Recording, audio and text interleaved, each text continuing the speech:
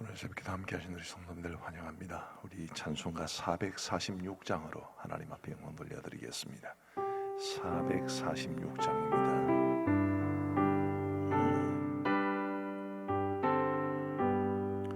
주 음성 외에는 참 기쁨 없도다. 날 사랑하신 주 늘 계시옵소서. 기쁘도다 항상 기쁘도다. 나 주께 왔사오니 복 주옵소서. 나 주께 왔으니 복 주시옵소서. 주 함께 계시면 큰 시험이기네.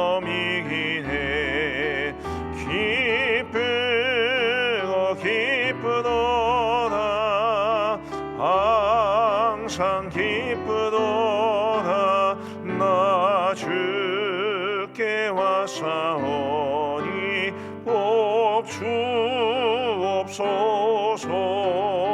주 떠나가시면 내 생명 헛되네.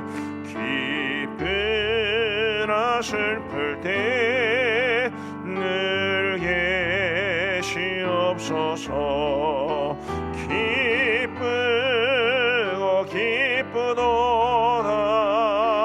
항상 기쁘도다. 나 주께 왔사오니 복 주옵소서. 그 귀한 언약을 이루어 주시고 주 명령 따를 때 늘 계시옵소서. 기쁘도다 항상 기쁘도다. 나 주께 왔사오니 복 주옵소서.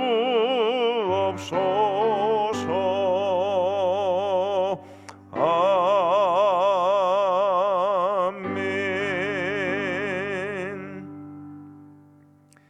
오늘 하나님께서 우리에게 주시는 말씀은 에스라 5장 말씀입니다. 에스라 5장 1절부터 17절까지의 말씀을 우리 교독하시겠습니다.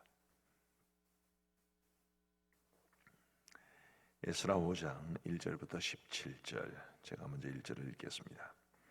선지자들 곧 선지자 학개와 이또의 손자 스가랴가 이스라엘의 하나님의 이름으로 유다와 예루살렘에 거주하는 유다 사람들에게 예언하였더니, 이에 스알디엘의 아들 스룹바벨과 요스닥의 아들 예수아가 일어나 예루살렘에 있던 하나님의 성전을 다시 건축하기 시작하며 하나님의 선지자들이 함께 있어 그들을 돕더니, 그때에 유브라데강 건너편 총독 다뜨네와 스달보스네와 그들의 동관들이 다 나와 그들에게 이르되, 누가 너희에게 명령하여 이 성전을 건축하고 이 성곽을 마치게 하였느냐 하기로, 우리가 이 건축하는 자의 이름을 아뢰었으나 하나님이 유다 장로들을 돌보셨으므로 그들이 능히 공사를 막지 못하고 이 일을 다리오에게 아뢰고 그 답장이 오기를 기다렸더라.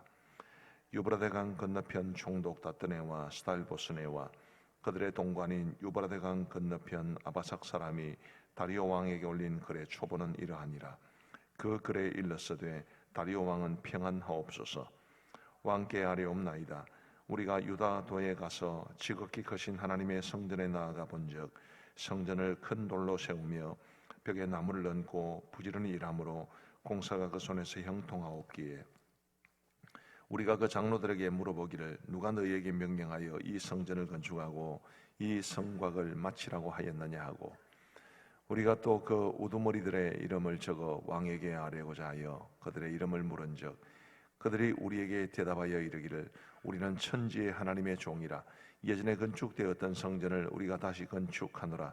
이는 본래 이스라엘의 큰 왕이 건축하여 완공한 것이었으나 우리 조상들이 하늘에 계신 하나님을 노엽게 하였으므로 하나님이 그들을 갈대아 사람 바벨론 왕 느부갓네살의 손에 넘기심에 그가 이 성전을 헐며 이 백성을 사로잡아 바벨론으로 옮겼더니 바벨론 왕 고레스 원년에 고레스 왕이 조서를 내려 하나님의 이 성전을 다시 건축하게 하고 또 느부갓네살이 예루살렘 하나님의 성전 안에서 금, 은, 그릇을 옮겨다가 바벨론 신당에 두었던 것을 고레스 왕이 그 신당에서 꺼내어 그가 세운 총독 세스바살이라고 부르는 자에게 내주고 일러 말하되 너는 이 그릇들을 가지고 가서 예루살렘 성전에 두고 하나님의 전을 제자리에 건축하라 하매 이에 이 세스바살이 이르러 예루살렘 하나님의 성전 지대를 놓았고 그때로부터 지금까지 건축하여오나 아직도 마치지 못하였다 하옵사오니 이제 같이 읽겠습니다.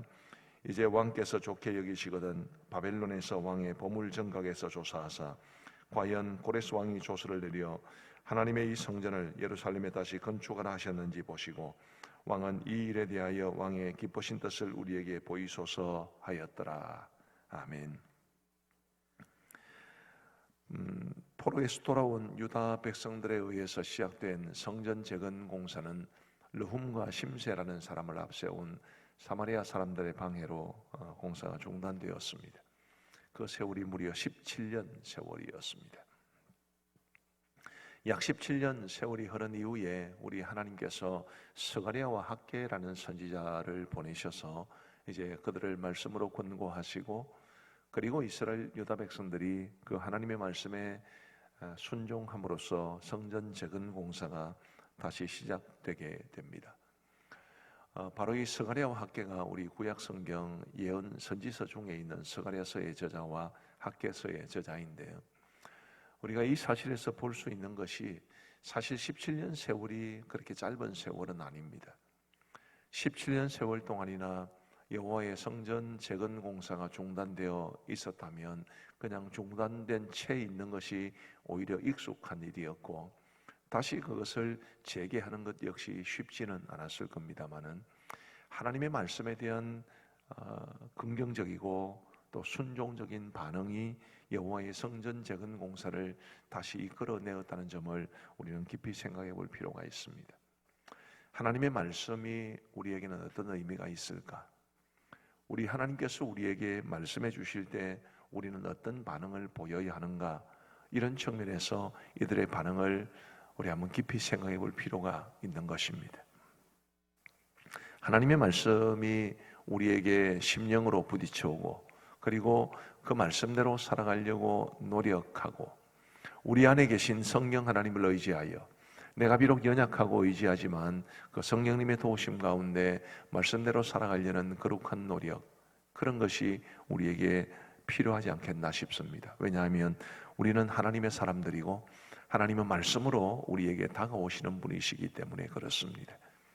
우리 사랑하는 성도 여러분, 제가 주일 설교를 마치고 이제 우리가 합심해서 기도하자 할 때 종종 그렇게 말씀을 드립니다. 우리가 말씀을 듣는 중에 어떤 깨달음이나 혹은 어떤 도전이나 혹은 어떤 교훈을 받았거나 혹은 은혜를 받은 일이 있으면 그거 붙잡고 기도하자고 그렇게 이야기하지 않습니까? 성령 하나님께서 역사하셔서 우리의 마음속에 주는 거룩한 도전이 그런 것들입니다. 하나님의 말씀을 듣고서도 냉랭하게 있으면 그것은 하나님이 기뻐하시는 모습이 아닐 겁니다. 부디 저와 여러분들은 우리 하나님의 말씀을 들을 때마다 그 말씀에 아멘으로 화답하고 또 순종하기 위해서 몸부림칠 수 있는 우리 모두가 되기를 간절히 바랍니다. 주목해서 봐야 될 것이 있습니다. 2절 말씀에 보시면 1절에서 스가랴와 학개의 예언에 대해서 이야기를 하고 있고요. 2절 말씀을 보시면 이에 스알디엘의 아들 스룹바벨과 요사닥의 아들 예수아가 일어나 예루살렘에 있던 하나님의 성전을 다시 건축하기 시작하며 하나님의 선지자들이 함께 있어 그들을 돕더니 스룹바벨과 예수아라는 사람의 이름이 소개되고 있습니다. 이 스룹바벨은 그 당시 유다 백성들의 총독이었습니다. 그리고 예수아는 다른 이름으로는 여호수아라고 그러는데 그는 그 시대의 대제사장이었습니다. 하나님의 말씀이 선포될 때에 총독은 사회의 정치적인 지도자죠. 총독과 대제사장이 가장 먼저 반응했다는 것은 우리가 주목해 볼 필요가 있습니다. 하나님의 말씀이 선포될 때 물론 저도 하나님의 말씀을 선포하는 사람인 동시에 하나님의 말씀을 받는 사람인데요. 하나님의 말씀이 우리에게 선포될 때에 가장 먼저 반응해야 될 사람은 누구입니까? 지도자들에 있는 사람입니다.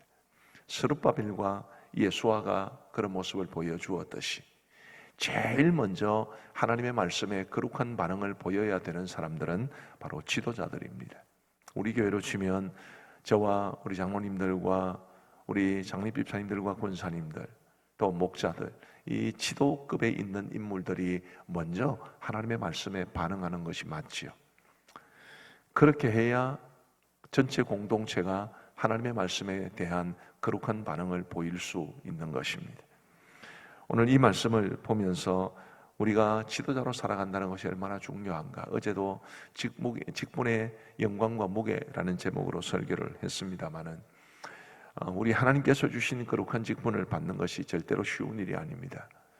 그런 직분을 받았으면 마땅히 무엇보다도 하나님의 말씀 앞에 바르게 반응하고 하나님의 말씀대로 살아가려고 몸부림치는 거룩한 노력이 우리 안에 있어야 할 텐데 부디 우리 교회의 영적 지도자의 자리에 있는 모든 분들은 그런 모습이 있게 되기를 간절히 소원합니다.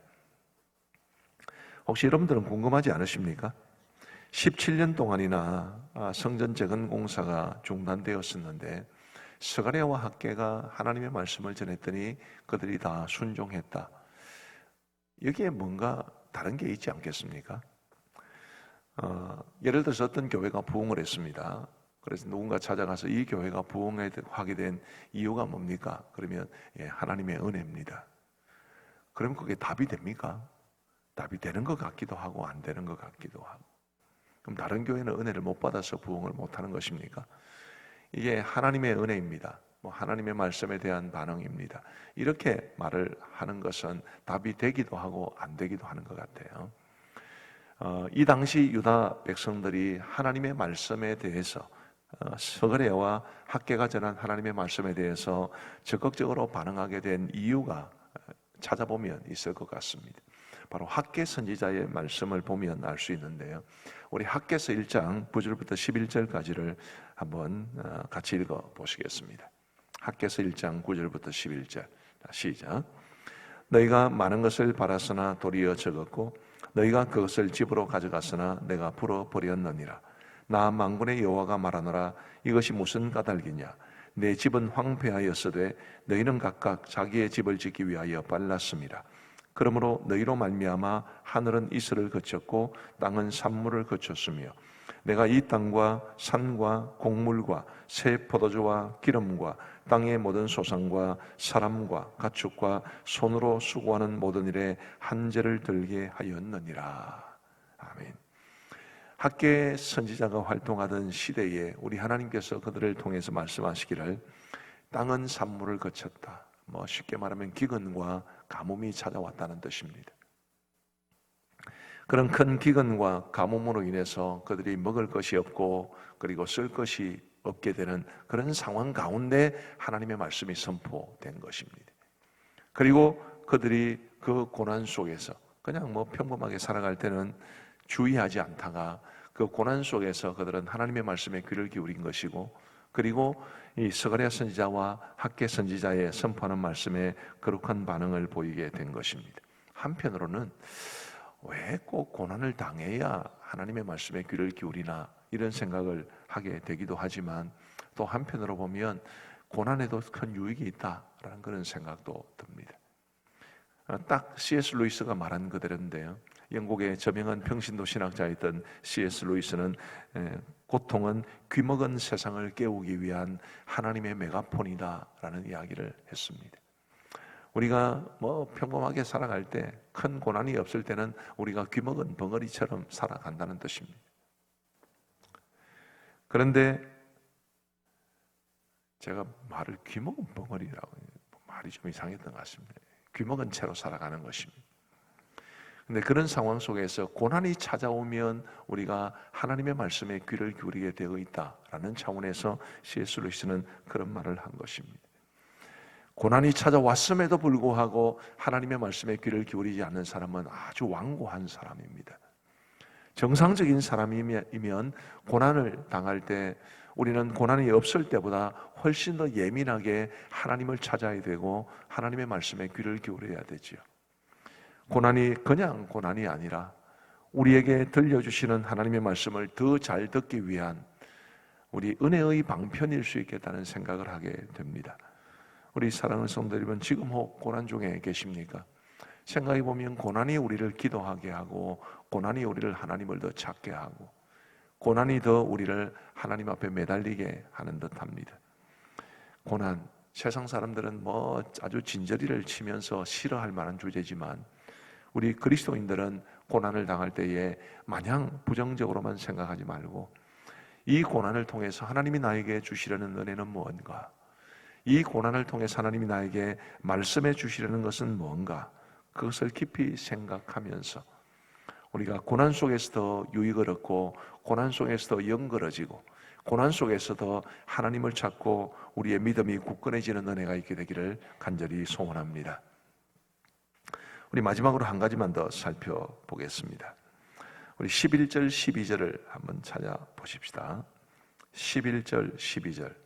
11절은 이렇게 말합니다. 그들이 우리에게 대답하여 이르기를 우리는 천지의 하나님의 종이라. 10절을 보시면 너희의 이름이 뭐냐 이렇게 물었습니다. 그런데 그들이 말하기를 우리 이름보다 우리는 천지의 하나님의 종이라. 예전에 건축되었던 성전을 우리가 다시 건축하노라. 이는 본래 이스라엘의 큰 왕이 건축하여 완공한 것이었으나. 자, 이름이라고 하는 것은 정체성을 말합니다. 저는 제인호입니다. 누가 저에게 이름이 뭡니까? 라고 물으면 예, 제인호입니다. 혹은 가암정교를 섬기는 제인호 목사입니다. 이렇게 말을 하겠죠.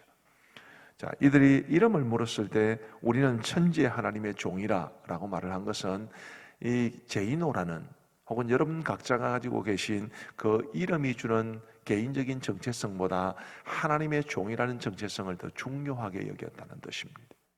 나는 하나님의 종입니다. 나는 하나님의 자녀입니다. 나는 그리스도인입니다. 나는 예수님을 믿는 사람입니다. 이 정체성이 가장 강하다는 것을 말해 줍니다.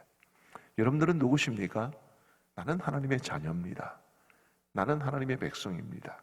그런 고백이 우리에게 있기를 바라고요. 그리고 그 고백이 우리로 하여금 이 땅을 어떻게 살아갈 것인가를 결정해주는, 내가 하나님의 자녀입니다 라고 말하기 때문에 하나님의 자녀답게 살고, 나는 하나님의 백성입니다 라고 말하기 때문에 하나님의 백성답게 살고, 나는 구원받은 사람입니다 라고 말하기 때문에 구원받은 사람답게 살아가는 그런 모습이 우리에게 있게 되기를. 저는 또 목사입니다. 저는 하나님의 종입니다. 하나님의 종이기에 하나님의 종답게 살아가기를 원합니다. 우리 장로님들 하나님께서 기름 부어 세우신 거룩한 종들입니다. 그렇기 때문에 나는 하나님의 기름 부음 받은 거룩한 종답게 살아가고자 합니다. 이런 고백들이 우리에게 있어야 할 것입니다. 거룩한 우리의 정체성이 우리를 거룩한 삶으로 이끌어가는, 하나님과의 관계가 우리로 하여금 이 땅을 하나님과의 관계 속에 살아가게 만드는 그런 은혜가 있게 되기를 간절히 바라는 것입니다. 12절도 지금 시간이 약간 좀 그렇습니다만은 12절 말씀 한번 보십시다. 우리 조상들이 하늘에 계신 하나님을 노엽게 하였으므로 하나님이 그들을 갈대아 사람 바벨론 왕 느부갓네살의 손에 넘기심에 그가 이 성전을 헐며 이 백성을 사로잡아 바벨론으로 옮겼더니. 지금 이 12절에서 말하는 것은 말하자면 수치스러운 역사입니다. 우리 조상들이 하나님을 진노하게 했습니다. 그래서 바벨론 왕 느부갓네살의 손에 넘기셔서 우리 조상들이 바벨론의 포로가 되어서 오랫동안 살았습니다. 수치스러운 역사죠. 근데 여러분 그것 기억하시면 좋겠습니다. 수치스러운 역사를 가진 게 수치가 아니라 수치스러운 역사를 통해서 배우지 못하면 그게 수치스러운 것입니다. 수치스러운 역사가 있기 때문에 다시 그 수치스러운 역사를 반복하지 않으려고 거룩한 몸부림을 치는 게 바른 자세입니다. 우리가 일본을 보고 분노하는 이유가 뭡니까? 역사를 왜곡하기 때문이 아닙니까? 수치스러운 역사를 감추는 것이 다가 아니라 수치스러운 역사가 있었다는 것을 인정하고 다시 그것을 반복하지 않고 그 수치스러운 역사를 통해서 배울 것을 배우고 그럼으로써 더 성장된 삶을 살아가는 것이 그게 하나님의 백성들의 합당한 모습이 아닐까 싶습니다. 개인적으로도 가정적으로도 교회적으로도 또 민족적으로도 우리의 지나간 역사를 돌아보며 부끄럽고 수치스러운 것이 다시 반복되지 않기 위해서 몸부림치는 과거의 수치스러운 역사를 통해서 배움으로써 더 나은 미래를 소망할 수 있는 그런 우리 모두가 되기를 간절히 바랍니다. 우리 기도하시겠습니다. 우리 하나님 아버지 감사합니다.